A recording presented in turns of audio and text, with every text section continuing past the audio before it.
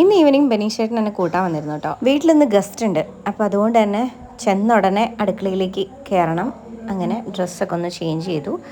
അതുവരെ ഉറങ്ങായിരുന്ന ആൾ എന്നെ കണ്ടപ്പോഴേക്കും ചാടി എണീറ്റു. മൂത്ത ആളാണെങ്കിൽ അച്ഛൻ്റെ കൂടെ ഈവനിങ് വാക്കിന് പോകാൻ വേണ്ടി പെർമിഷൻ ചോദിക്കുകയാണ്. ഇവരുടെ പോക്ക് കണ്ടിട്ട് ചെറുതിന് തീരെ സഹിക്കണില്ല. അവൻ കുറച്ച് കരഞ്ഞു നോക്കി, അച്ഛച്ചാന്നൊക്കെ വിളിച്ച് കരഞ്ഞു നോക്കി. പക്ഷെ ഞങ്ങൾ വിടാത്തതുകൊണ്ട് എൻ്റെ കണ്ണ് തെറ്റിയപ്പോഴേക്കും ഓടി. അപ്പോൾ അവനെ പിടിച്ചുകൊണ്ടിരിക്കുകയാണ് ഇപ്പോൾ ഹസ്ബൻഡ്. നേരെ കിച്ചണിലേക്ക് കയറി. അവിടെ ചിക്കൻ ഉണ്ടായിരുന്നു. പിന്നെ ഞങ്ങൾ പൊറോട്ട വാങ്ങിച്ചു കേട്ടോ പുറത്തുനിന്ന്. ചപ്പാത്തി ഒന്നും ഉണ്ടാക്കാനുള്ള ഒരു ആരോഗ്യമില്ലെന്ന്.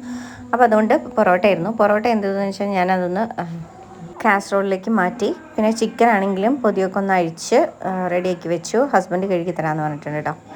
അപ്പോൾ കുഞ്ചത്ത് വേഗം അച്ഛമ്മേൻ്റെ ഒക്കത്ത് കയറിയിട്ടുണ്ട് അപ്പോഴത്തേക്കും.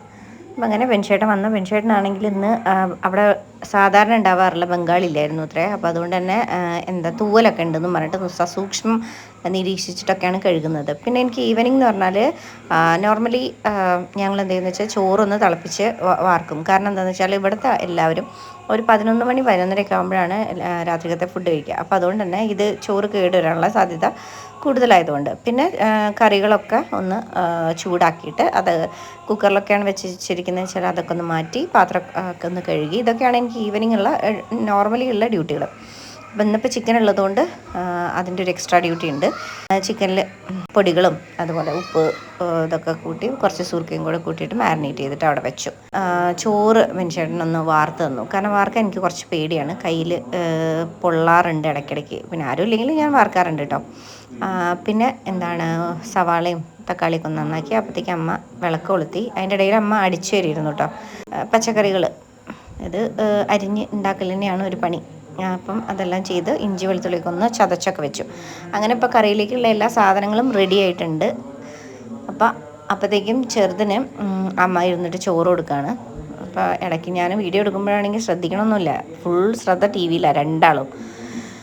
അപ്പോൾ അവരങ്ങനെ അവിടെ ഇരിക്കട്ടെ. കാരണം അവർ അവിടെ സ്വസ്ഥമായിട്ടിരുന്നാലേ ഉള്ളൂ എനിക്കിവിടെ സ്വൈര്യമായിട്ടൊന്ന് ജോലി ചെയ്യാൻ പറ്റുള്ളൂ. അപ്പോൾ പപ്പടം കാച്ചിയ എണ്ണ ബാക്കിയുണ്ടായിരുന്നു. അപ്പോൾ അത് ഒഴിച്ചിട്ടാണ് അതിലേക്കാണ് പിന്നെ സവാള വഴറ്റാനായിട്ടത്. സവാള ഒന്ന് വാടുമ്പോഴേക്കും ഞാൻ കുറച്ചധികം പാത്രങ്ങളുണ്ടായിരുന്നു, അത് മൊത്തം ഒന്ന് കഴുകി വെച്ചു. അപ്പോഴത്തേക്കും അച്ഛനും മൗനവും കൂടി തിരിച്ചു വന്നിട്ട് രണ്ടാളും കൂടി മേലെഴുകി വന്ന് പിന്നെ ഡ്രസ്സ് ഏതാണ്ടുണ്ടെന്ന് ചോദിക്കാൻ വന്നതാണ്. പക്ഷേ അവന് ഈ ചോദ്യം മാത്രമേ ഉള്ളൂ. ഞാൻ എന്തെങ്കിലും പറഞ്ഞു കൊടുത്താൽ അതിൻ്റെ എതിരായിട്ടുള്ള ഏതെങ്കിലും ഡ്രസ്സ് ഇട്ടിട്ട് വരും. ഞാൻ എന്ത് ചെയ്തു, ചിക്കൻ്റെ ബാക്കി പണികൾ. ഇവരിവിടെ ഡാൻസാണ്, ടി വിയിൽ പാട്ടൊക്കെ വെച്ചിട്ട് വലിയ ഡാൻസാണ്. അങ്ങനെ നമ്മുടെ ചിക്കൻ കറിയൊക്കെ ഒന്നായി. ആയോ എന്നുള്ള വിവരം അറിയാൻ വേണ്ടിയിട്ടാണ് ഈ അട്ടത്ത് കയറിയിരിക്കുന്നത്.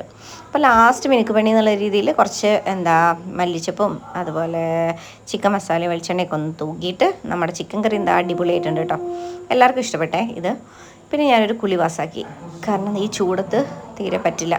അപ്പോൾ നന്നായിട്ടൊന്ന് കുളിച്ച് പിന്നെ ബാക്കി എല്ലാവരും ഒന്ന് കുളിച്ച് വരുമ്പോഴേക്കും ഞാൻ എന്ത് ചെയ്തെന്ന് വെച്ചാൽ ഈ എഡിറ്റിങ്ങൊക്കെ ഒന്ന് ചെയ്തു. പിന്നെ ഞങ്ങൾ എല്ലാവരും കൂടി ഇരുന്ന് ഭക്ഷണം കഴിച്ചു. വീഡിയോ ഇഷ്ടപ്പെട്ടാൽ ലൈക്ക് ചെയ്ത് സബ്സ്ക്രൈബ് ചെയ്യാൻ മറക്കല്ലേ.